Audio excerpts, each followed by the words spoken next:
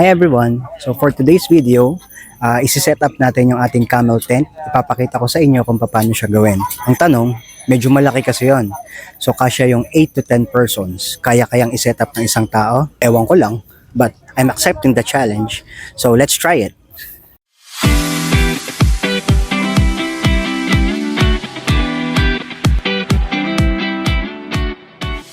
First, dapat you have to choose the ground kung saan mo siya isi-set up. As much as possible, wala or lesser yung mga bato. So, katulad nito, tinabi-tabi ko na yung mga bato. And then, do not forget to put a ground sheet.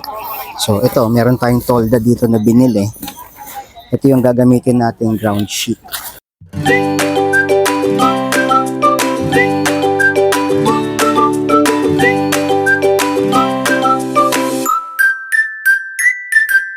So nakalatag na yung ground sheet, lalagay naman natin itong tent. So labas muna natin, ito yung fly sheet. Tapos ito yung divider do sa rooms. And then ito yung mga guidelines and stakes. Tapos ito yung mga poles. And then ito na yung mismong tent. Medyo amoy thinner pa. Kasi as you can remember, win-waterproofing natin ito gamit yung Pro-Seal na silicone, yung clear na silicone, and a paint cleaner. So ngayon, first time natin siyang bubuksan, and hopefully mawala rin siya kaagad bago mag-dilim mamayang gabi para pagtulog namin, hindi naman siya amoy paint cleaner. So next, gagawin natin, i-roll natin yung tent, ilalatag natin dito sa ground sheet. So make sure lang na kung saan mo gusto nakatapat yung awning mo, doon mo siya ilalagay. So ito yung awning. Gusto ko dito siya nakaharap sa ilog. So kaya dito siya.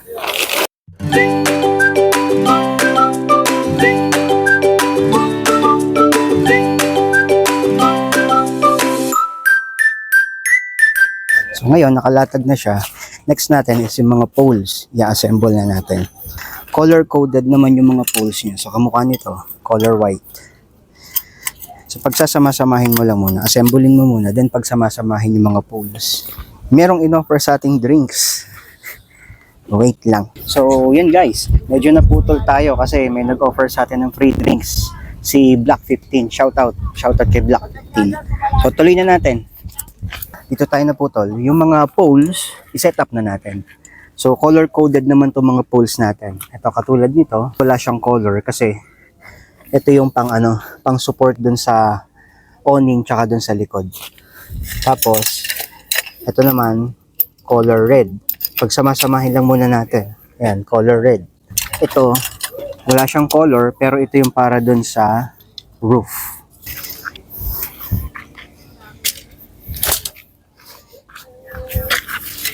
Ito rin. Yan. Ito pa. Ito naman, since meron tong patulis dito, ito yung para doon sa awning. Ito yung magtatayo doon sa awning natin mamaya. So dito na lang to sa gilid. Tapos ito color red.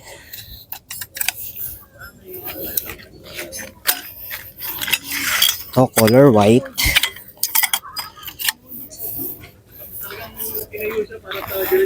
Then this. Ito wala ring kulay. Kasi ito yung pang support dun sa horizontal ng awning at saka nung box dun sa likod. So ulit, color red. And then, once again, para dun sa awning. And then, once again, color red. And then, lastly, ito yung para dun sa roof. So, bali ito yung mga compositions ng poles natin. Ito, yung para dun sa roof, tatlo. Dalawang mahaba, kasi para yan dun sa diagonal, magkabila. Tapos itong isang mas maiksi, para kasi ito dun sa horizontal ng roof. Tapos, meron tayo ditong dalawang walang kulay. Ito naman yung pang support dito sa awning, sa harap, tsaka dun sa likod. Dito. And then, dalawa nitong merong tulis, kasi ito naman yung pang support dun sa awning. And then, meron tayong 4 na color red. Ito kasing color red para ito sa apat na sides ng tent. Ito yung magtatayo dun sa tent, yung apat na poste niya dun sa gilid. And then lastly, itong dalawang puti, ito naman yung para doon sa dalawang gilid sa gitna. Okay? So, para ma-set up natin tong tent na to, ang una natin gagawin, yung roof muna. So, ang diskarte ko, itong gitna muna yung ginagawa ko. So, ito muna, papasok mo lang siya dito. Tabi muna natin itong dalawang mahaba.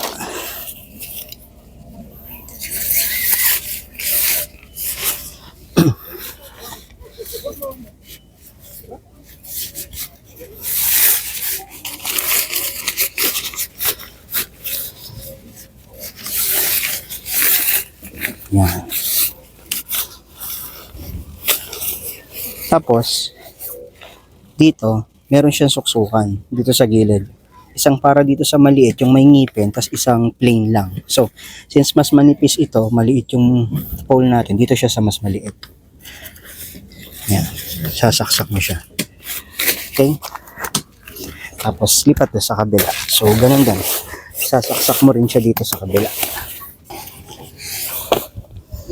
Yan. So, medyo magbe-bend yung roof natin. So, next naman, yung dalawang pa-diagonal.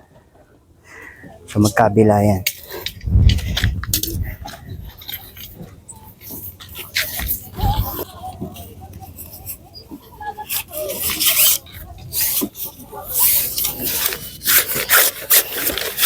And again, dito naman ngayon sa kabilang dulo, tatlo tong butas nito eh. Isang plain, para to dun sa pole. Tapos isang may ngipin pero medyo mas maluwag para naman ito dun sa pole na magsusupport dito horizontally. And then dito tayo sa pinakamaliit ng ngipin, na may ngipin. Okay? So, ganun din dito sa kabila. Yun. So, dapat medyo magbe-bend yung poles. Para yung natin, yung bubong medyo dome type. Ito naman, kabila.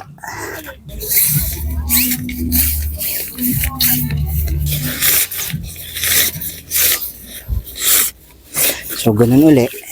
Pasok dun sa pinakamaliit na ngipin. Kaya pala guys, pagka sinusuksok ninyo ito, dahan-dahan lang para hindi maano kasi since tela lang itong mga ito, may tendency na mabutas yan. So, dahan-dahan lang.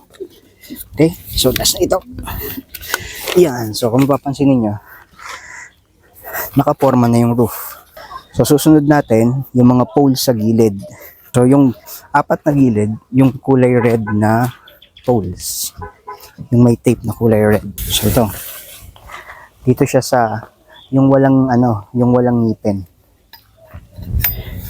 And then, dito sa ibaba niyan, meron siyang clip. Ito. Papasok mo lang tong clip dito sa ilalim. Yun. Kasi ito, i-clip mo na rin ito dito. Then again, another red. Another red. Dito ulit.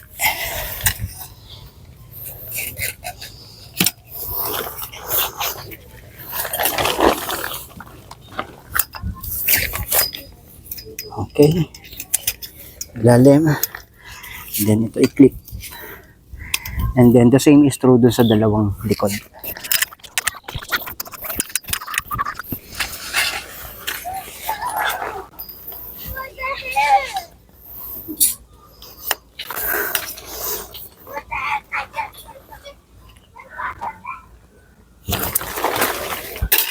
Yan, challenging. Tumutumba. Pero hindi natin yan susukuan. So, I think, baka dapat ilagay na natin yung pole para dito. Which is ito.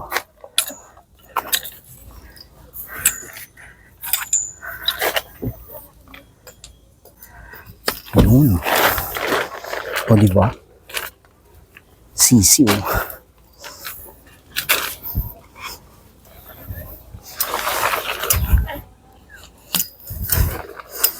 Okay. Yan. So, baka mas magandang diskarte, yung gitna muna ilagay natin.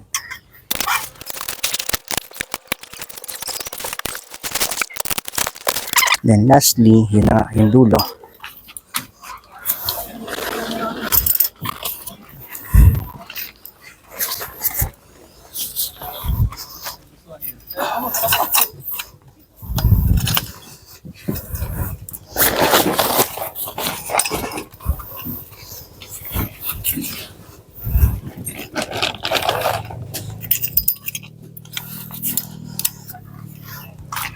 Yan, dito na tayo ngayon sa last pole sa likod. Yan, nakatayo na siya. Nakatayo na siya guys. Nakakita na ako ng liwanag. Kayo ba, nakakakita na ba kayo ng liwanag? Hindi yung liwanag ng langit ha. Yung liwanag na patapos na ito. Ito na, huling pole sa likod.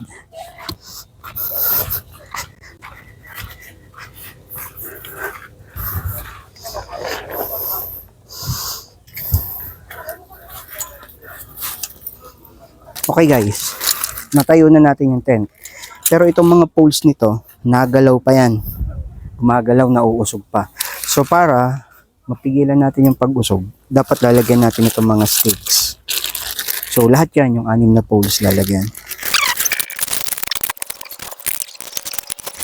So since tuyo yung lupa, medyo mahirap ibaon yung mga stakes. Gagamitan natin itong rubber mallet.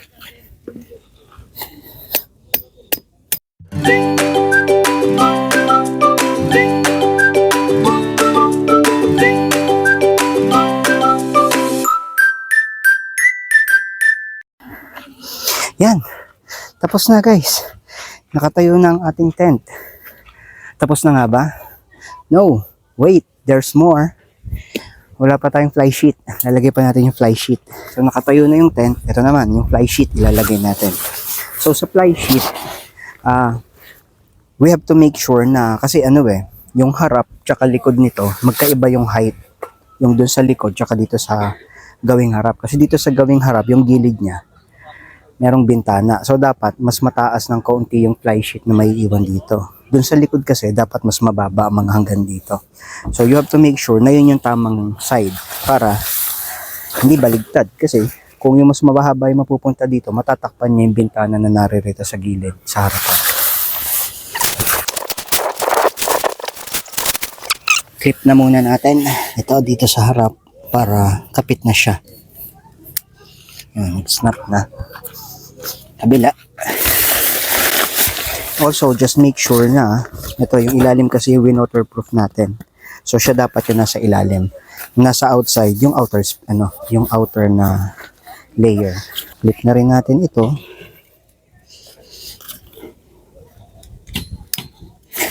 Okay. So, since hindi ko siya kayang abutin, kailangan ko ng tuntungan. So, paninindigan ko to na kaya ko tong mag-isa. Kahit mahirap. I think I need. So ito na guys, SOS na tayo ni Mami kasi mahirap nang isampay yung ang tawag dito, fly sheet. So ito, dadali mo doon sa likod, sabay tayo ha. Wait lang. 1, 2, 3.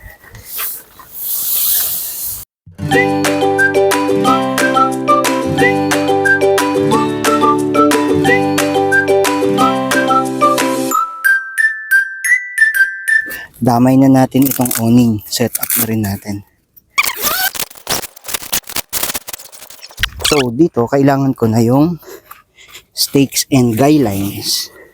And this time, kailangan ko ulit ng help ni Mami.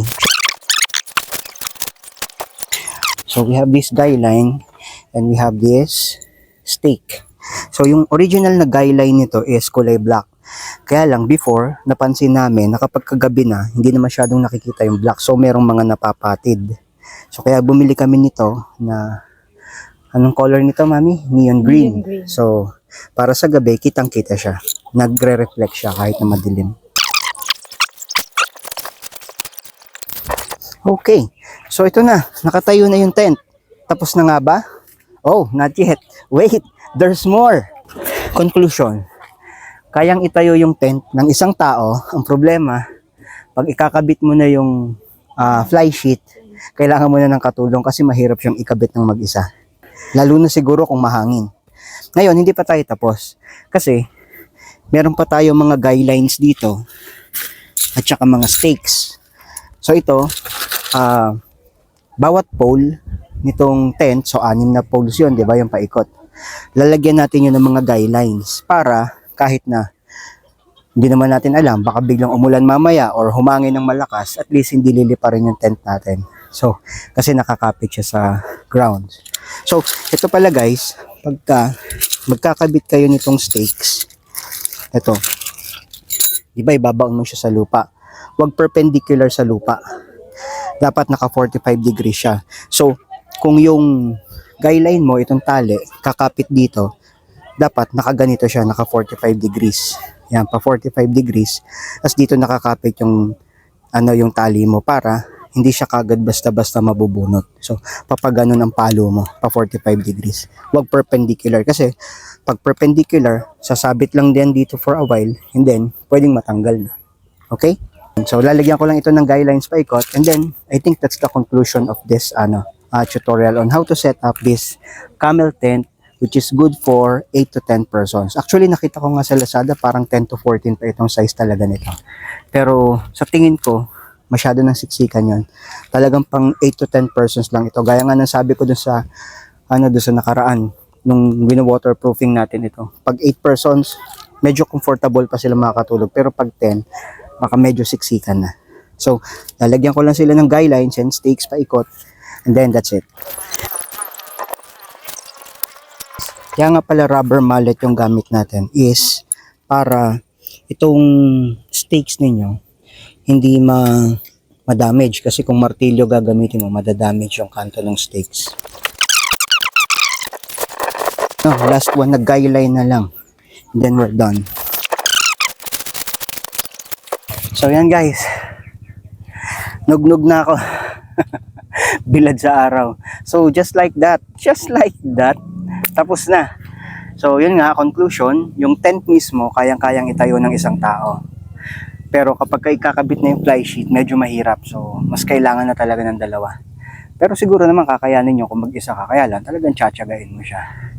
Pero, yung isa, kayang-kaya. Panis.